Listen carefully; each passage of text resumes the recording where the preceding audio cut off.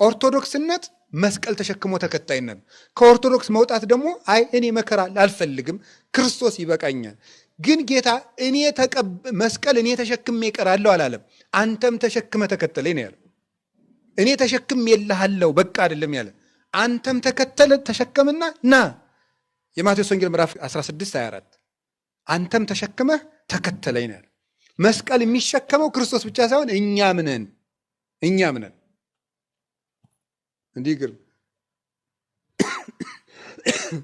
ዘይፈቅድ ይትለወኒ እኔን ሊከተል የሚወድ ሰው ካለ ይጽላ ነፍሶ ሰውነቱን ይካድ ያጥብ ይጨክን ወይጹር መስቀለ ሞቱ ወይትለወኒ ለሞት የሚያበቃውን መስቀል ተሸክሞ ይከተለኝ ነው ያለ። ዘያፈቅር አለ ነፍሱ ለይግድፋ ሰውነቱን የሚወድ ካለ በመስቀል በግራይተ መስቀል ይጣላት። ዘገደፋ ለነፍሱ በእንቲያ ይረክባ ለኔ ብሎ ሰውነቱን በግራይተ መስቀል የጣላት ሰው እርሱ በኋላ ክብር ብርሃን ለብሳ ያገኛታል ነው ያለ። በሌላ ወንጌልም ሲያስተምር አማን ብለክሙ የማይወርቀት ጠተስርና ይዲ በምድር ባይታት ነበር። የስንዴ ቅንጣት ከጭቃ ላይ ካልወደቀች ብቻዋን ትኖራለች።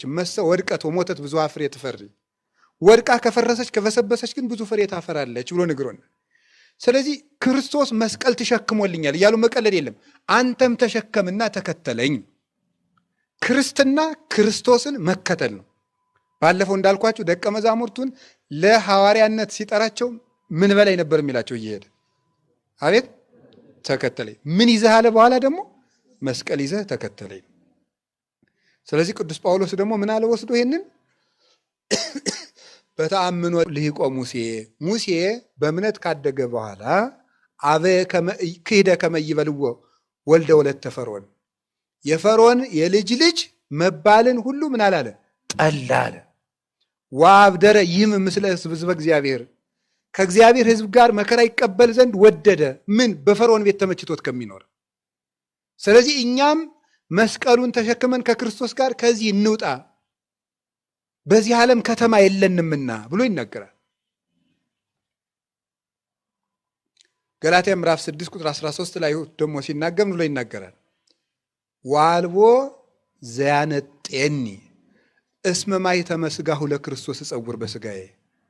ማንም ሰው እንግዲህ እኔ አያድክመኝ፣ የክርስቶስን የመስቀሉን ማኅተም በሥጋዬ ተሸክሜያለሁና አንሰ ኢይዝያር ሐሰ እኔ በራሴ የምመካው ትምክት ፈጽሞ የለኝም።